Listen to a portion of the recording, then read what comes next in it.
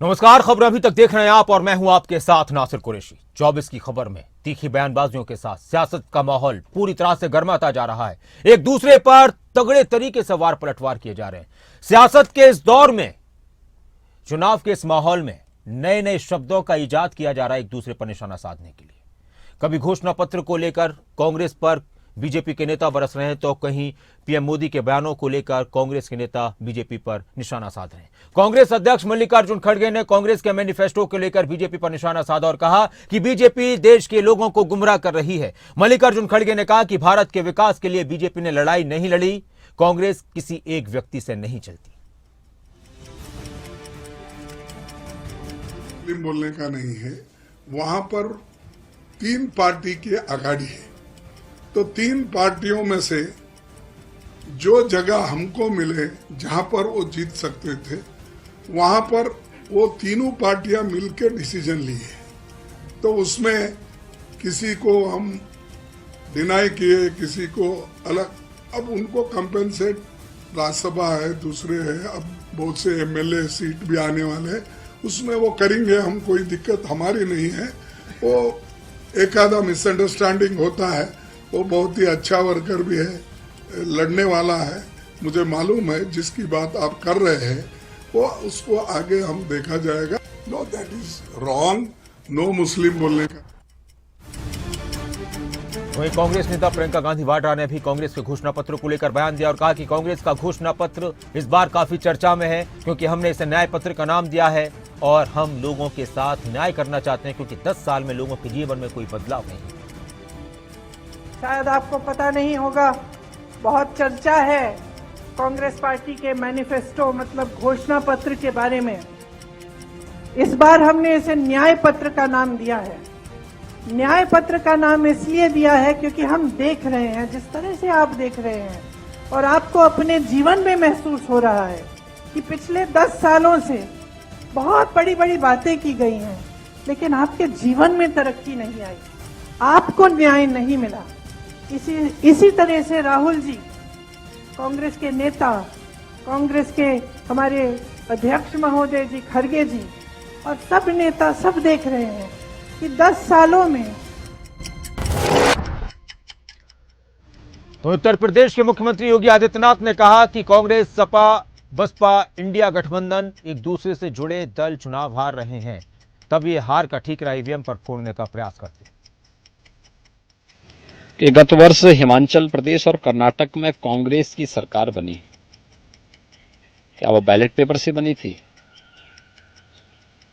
2009 में यूपीए की government centre में बनी, क्या वो बैलेट पेपर से बनी थी? 2004 में यूपीए की गवर्नमेंट देश के अंदर बनी। 2018 में राजस्थान, मध्य प्रदेश और छत्तीसगढ़ में कांग्रेस की सरकार बनी। दिल्ली के अंदर आम आदमी पार्टी की सरकार बनी और पंजाब के अंदर सरकार बनी, क्या वह बैलेट पेपर से बनी थी? यानी ये सभी चीजें दिखाती हैं कि कांग्रेस देश। तो वहीं केंद्रीय मंत्री गिरिराज सिंह ने राहुल गांधी पर निशाना साधा और कहा कि कांग्रेस का दुर्भाग्य है कि राहुल गांधी जैसे नेता कांग्रेस पार्टी में, जिन्हें खुद ही समझ नहीं आता कि वो क्या बोल रहे हैं, तो लोग उसे क्या समझेंगे। कांग्रेस पार्टी एक तरह से नेता विहीन पार्टी है। कि राहुल गांधी जैसे नेता कांग्रेस पार्टी में, ये कांग्रेस का दुर्भाग्य है। जिनको खुद समझ में नहीं आती वो क्या बोल रहे हैं, लोग इसका अर्थ क्या समझेगा, उल्टे इन्हीं को बेवकूफ समझता है। इसलिए इन पर क्या बात करना है। कांग्रेस पार्टी एक तरह से नेता विहीन पार्टी है। कि राहुल गांधी जैसे नेता कांग्रेस पार्टी में, ये कांग्रेस का दुर्भाग्य है। जिनको खुद समझ में नहीं आती वो क्या बोल रहे हैं।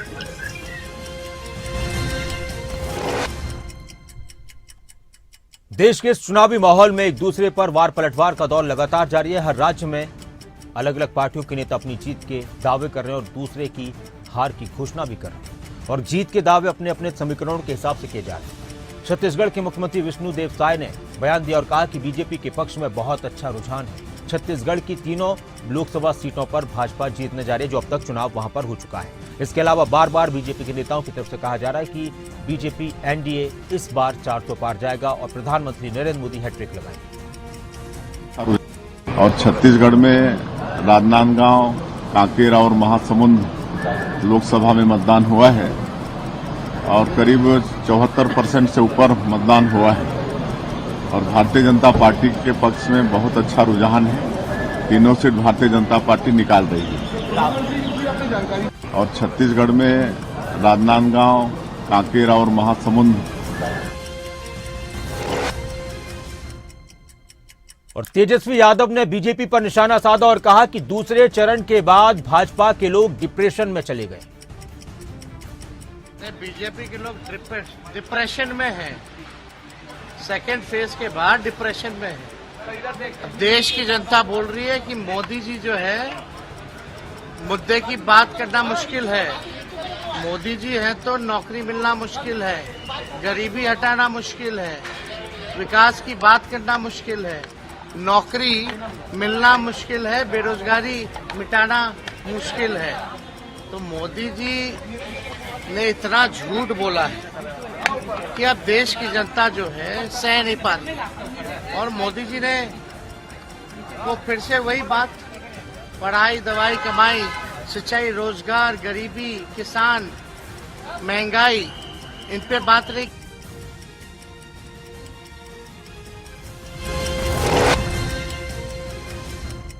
और बीजेपी के राष्ट्रीय अध्यक्ष जेपी नड्डा ने एक बार प्रधानमंत्री की तारीफ की और कहा कि सिख कौम के लिए जितना काम प्रधानमंत्री नरेंद्र मोदी ने किया है किसी ने नहीं किया। अगर सही मायने में काम हुए हैं तो वो पीएम मोदी ने किए हैं, क्योंकि वो लंबे समय तक पंजाब के प्रभारी रहे और उन्हें पंजाब के बारे में पूरी जानकारी है। वो बहुत सारी जगहों पर गए, हर जिले में और हर शहर में पहुंचे। कि सिख कौम के बारे में सब लोगों ने राजनीति करने की दृष्टि से तो बड़े बड़े वायदे भी किए, बहुत बड़ी बड़ी बातें भी कही और सिख भाइयों को अपने साथ जोड़ने के लिए हर तरीके के प्रलोभन भी देने का प्रयास हुआ। लेकिन सिख कौम के लिए अगर किसी ने सही मायने में काम किया तो वो हमारे प्रधानमंत्री श्री नरेंद्र मोदी जी ने किया।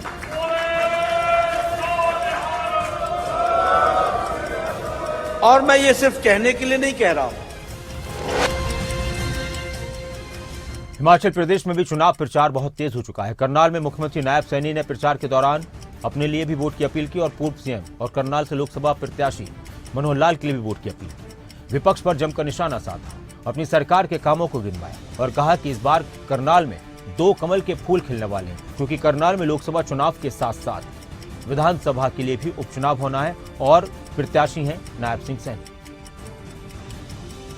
क्योंकि करनाल के अंदर 2 कमल के फूल खिलेंगे और जब करनाल का जुड़ता है तो वो 11 बन जाता है। 11 का अंक शुभ अंक होता है। हमारी बड़ी जिम्मेवारी है।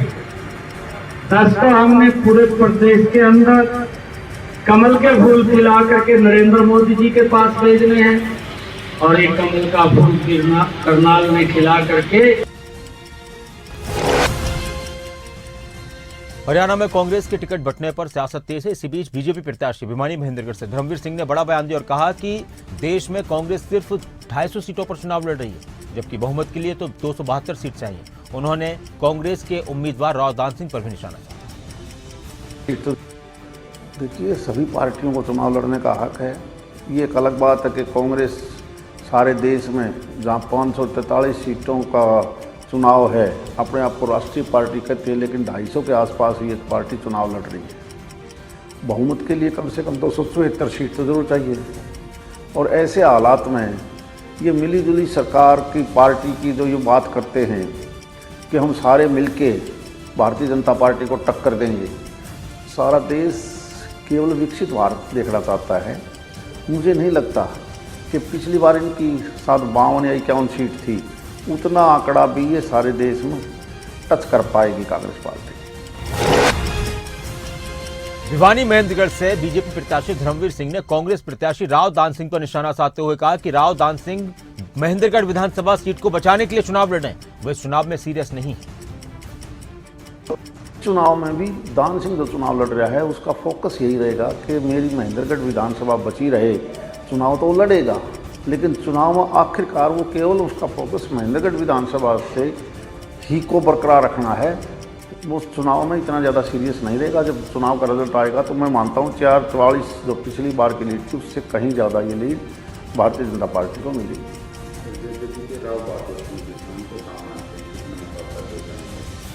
हर पार्टी चुनाव लड़ रही है, उनके हर एक के वोट आएंगे। बीएसपी भी लड़ रही है, जेजेपी भी लड़ रही है, तो दो पार्टी चुनाव लड़ रही हैं।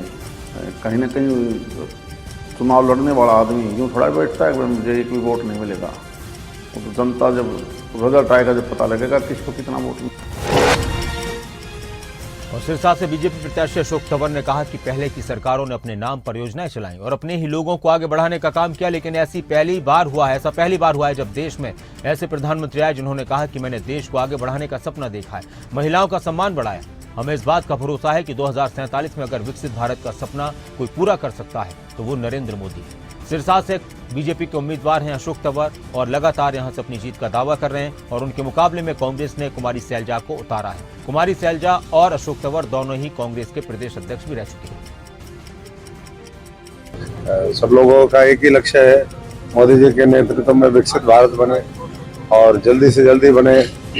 140 करोड़ लोगों की जो भावनाएं हैं, आकांक्षाएं हैं, अपेक्षाएं हैं, उनके सपने हैं, वो जल्दी से जल्दी पूरे हों। तो हर वर्ग का समर्थन मिल रहा है और निश्चित तौर पर 4 जून 400 पार होंगी और उसमें हिसार, सिरसा, हरियाणा की 10 की 10 लोकसभा हम जीतेंगे।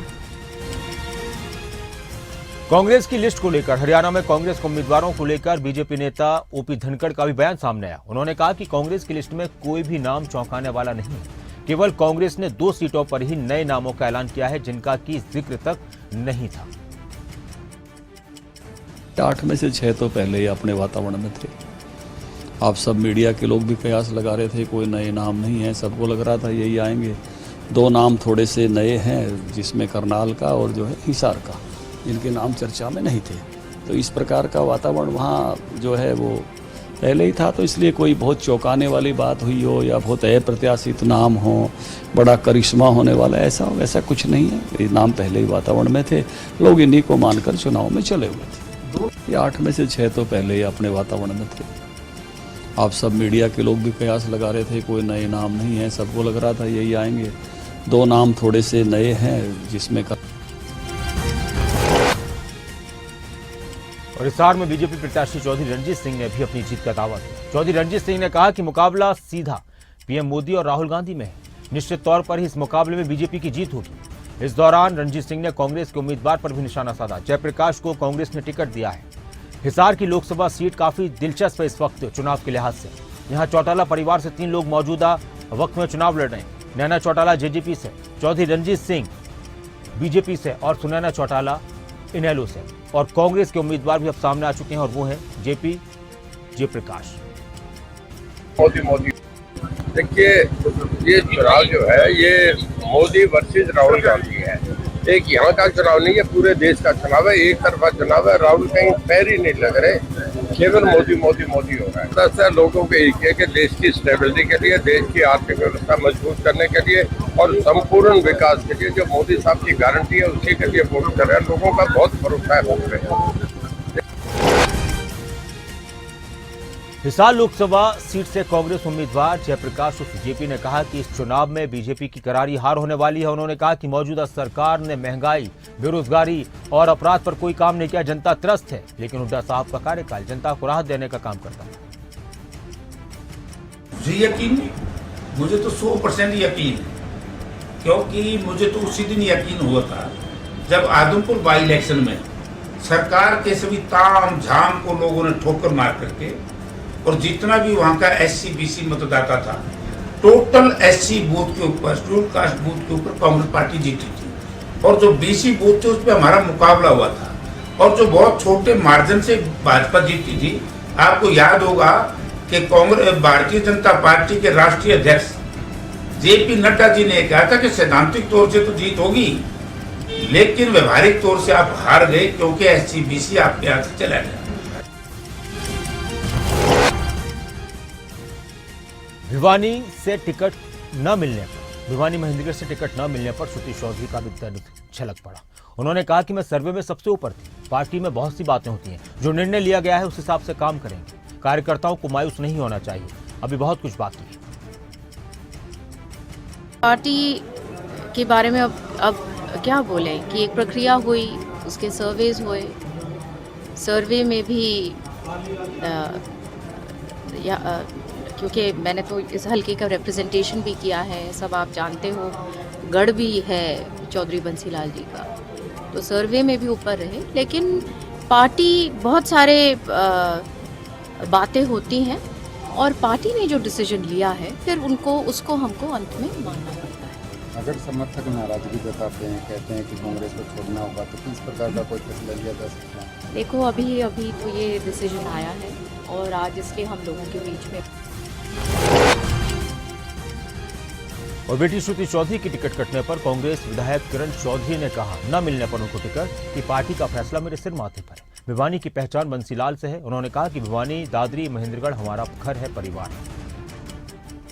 भिवानी जो है जिला, चौधरी बंसीलाल जी की पहचान है, चाहे दादरी हो, चाहे भिवानी हो, महेंद्रगढ़। श्रुति ने और मैंने बहुत काम करा है और ये हमारा इलाका है, हमारा घर है और ये सब हमारा परिवार है, तो हम तो परिवार की तरह यहाँ पर रहते हैं। और जो पार्टी का जो फैसला है वो सिर माथे पर।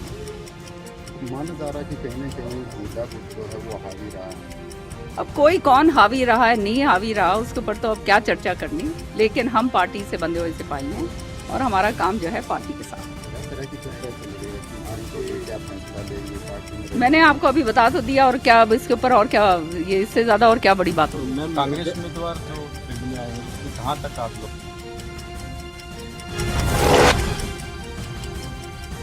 हरियाणा के पूर्व गृह मंत्री अनिल विज ने कांग्रेस के उम्मीदवारों को लेकर बयान दिया और कहा कि कांग्रेस ने टिकटों का फैसला करने में 1 महीना लगा दिया और टिकटें कमरे से बाहर आते ही लड़ाई भी कमरे से बाहर आ गई। इस दौरान अनिल विज ने चौधरी वीरेंद्र सिंह को लेकर भी बयान दिया।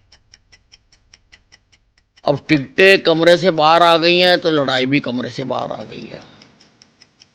जगह जगह पर मोर्चे लगाने की बात सुन रहे हैं। किरण चौधरी भी सुन रहा है, कोई मीटिंग कर रही है। और वीरेंद्र सिंह जी जो भारतीय जनता पार्टी में, उनको पूरा सम्मान था,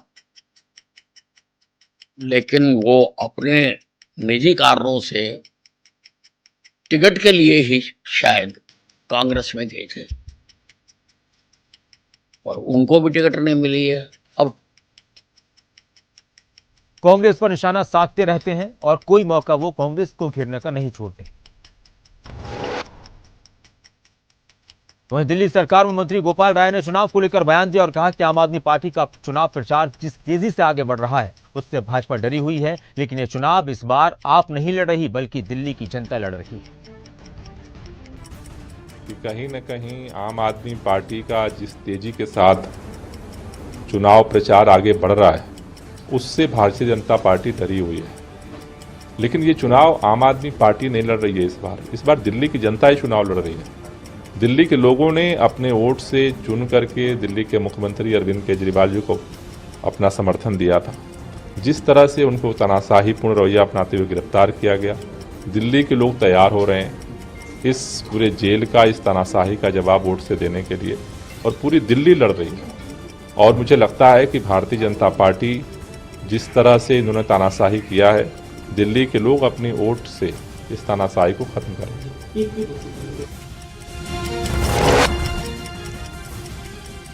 दिल्ली के मुख्यमंत्री अरविंद केजरीवाल पर दिल्ली हाईकोर्ट की टिप्पणी पर बीजेपी नेता मनोज तिवारी ने बयान दिया और कहा कि अरविंद केजरीवाल ने दिल्ली में एक बहुत बड़ा संवैधानिक संकट खड़ा कर दिया है। जेल में जब कोई मुख्यमंत्री पद पर रहता है तो वो इस्तीफा दे देता है जब कोई मुख्यमंत्री जेल में जाता है, ताकि प्रदेश का काम चलता रहे, लेकिन उन्हें प्रदेश की चिंता नहीं। कोर्ट ने जो टिप्पणी की है, अब कोर्ट की टिप्पणी के बाद तो हमारा कुछ बोलना शेष नहीं बचता है। जब कोर्ट ने कह दिया कि इनका पॉलिटिकल इंटरेस्ट बड़ा है, सामाजिक इंटरेस्ट और राष्ट्रीय इंटरेस्ट जो हमारा कि बच्चों को स्कूल में क्या सुविधा मिलनी चाहिए, दिल्ली के लोगों को कैसे उनको पेंशन मिलना चाहिए, कैसे उनको साफ पानी मिलना चाहिए। ये तो अरविंद केजरीवाल का न तो कभी एजेंडा था, न एजेंडा है, न एजेंडा रहेगा। तो वो अपनी जिद में इस दिल्ली का नुकसान कर रहे हैं। मेरा मानना है कि अरविंद केजरीवाल को। और हाथरस में मुख्यमंत्री योगी आदित्यनाथ ने लोगों को संबोधित करते हुए कहा कि कांग्रेस ने 1947 में देश का विभाजन कराया, पहले देश को बांटा और अब कांग्रेस आप अपने घोषणा पत्र में कह रही है कि हम भारत में संपत्ति का सर्वे करवाएंगे। आज मैं आया हूं आपसे कहने के लिए, एक तरफ भारतीय जनता पार्टी और एनडीए सबका साथ और सबके विकास के नारे के साथ, और दूसरी तरफ कांग्रेस सपा का इंडी गठबंधन है। इनका गठबंधन देखिए, कांग्रेस ने 1947 में देश का विभाजन कराया, पहले देश को बांटा। अब कांग्रेस अपने घोषणा पत्र में क्या कह रही है? कह रही है हम भारत के अंदर संपत्ति सर्वे कराएंगे। संपत्ति सर्वे का मतलब, और मंडी से बीजेपी प्रत्याशी विक्रमादित्य सिंह ने मंडी से कांग्रेस प्रत्याशी विक्रमादित्य सिंह ने कंगना रनौत पर जमकर निशाना साधा और कहा कि जितनी समर्पितता, जितना समर्पण वो इस वक्त चुनाव के दौरान दिखा रही है, जितना समर्पित नेतृत्व आपदा में उनको दिखाना चाहते, जितना समर्पण चुनाव में दिखा रही है, इतना समर्पित उनको आपदा में होना चाहिए।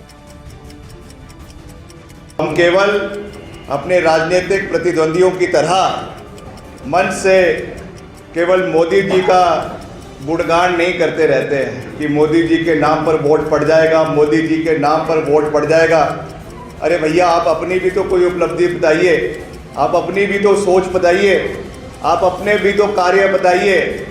आप बाकी चीज़ें छोड़िए, आप ये बताइए कि चुनावों के समय में ही आप यहाँ पर नज़र क्यों आ रहे हैं, जब एक बहुत। हिमाचल की कैबिनेट मंत्री और मंडी से कांग्रेस उम्मीदवार विक्रमादित्य सिंह ने हिमाचल के नेता प्रतिपक्ष जयराम ठाकुर पर भी निशाना साधा और कहा कि जयराम ठाकुर मंडी जिले की बात तो करते हैं, लेकिन सारे प्रोजेक्ट वो सिराज ले गए थे। जयराम जी का बहुत मान सम्मान करता हूं, बहुत वरिष्ठ नेता है, पूर्व में मुख्यमंत्री रहे हैं और सब चीज़ें हैं, मगर निश्चित तौर से जहां तक विकास कार्यों की बात है, अब अगर वो आंकड़ों पे कहेंगे तो उनको घेरना तो हमारा दायित्व है। जो असली पिक्चर है वो लोगों को दिखाना हमारा दायित्व बनता है। मैंने कल भी कहा कि मंडी जिला की वो बात करते हैं, मगर मंडी जिला की तुलना में सारा उन्होंने प्रोजेक्ट्स तो वो सिराज के अंदर, क्या बल, क्या जोगिंदर नगर, क्या सुंदर नगर, क्या मंडी सदर, क्या ये मंडी जिला के हिस्सा नहीं है? आपने सब कुछ जो है वो सिराज के अंदर करवा लिया। मैंने कल भी कहा कि सिराज के लोगों के साथ भी हमारा बहुत प्यार है, हम उनका भी बहुत मान सम्मान करते हैं, मगर जब आप मुख्यमंत्री की कुर्सी पे बैठे हैं तो आपके लिए पूरा प्रदेश और पूरा जिला एक बराबर होना चाहिए। और हिमाचल में बीजेपी के नेताओं की तरफ से लगातार कांग्रेस पर निशाना साधा जा रहा है। हिमाचल बीजेपी के अध्यक्ष राजीव बिंदल ने कांग्रेस के घोषणा पत्र पर एक बार फिर निशाना साधा और सनातन के मुद्दे पर भी कांग्रेस को घेरा। सोलन में उन्होंने कहा कि कांग्रेस सनातन विरोधी है। साथ ही उन्होंने कहा कि कांग्रेस देश को एक अस्थिर सरकार और एक कमजोर प्रधानमंत्री देना चाहती है। कांग्रेस पार्टी देश को अस्थिर सरकार और कमजोर प्रधानमंत्री देना चाहती है और ये इनका ट्रैक रिकॉर्ड है। एक समय में माननीय श्री डोडेगौड़ा देवगौड़ा जी को देश का प्रधानमंत्री बना करके 6 महीने के अंदर उनको गिराया। उसके बाद श्री इंद्र कुमार गुजराल जी को बना करके उनको गिराया। फिर श्री चौधरी चरण सिंह जी को बना करके गिराया और उसके बाद श्री चंद्रशेखर जी को बना करके गिराया। और फिलहाल इस बुलेटिन में इतना ही, लेकिन खबरें अभी तक पर खबरों का सिलसिला लगातार जारी है। आप बने रहें खबरें अभी तक के साथ। चल लौटते हैं एक छोटे से ब्रेक के बाद।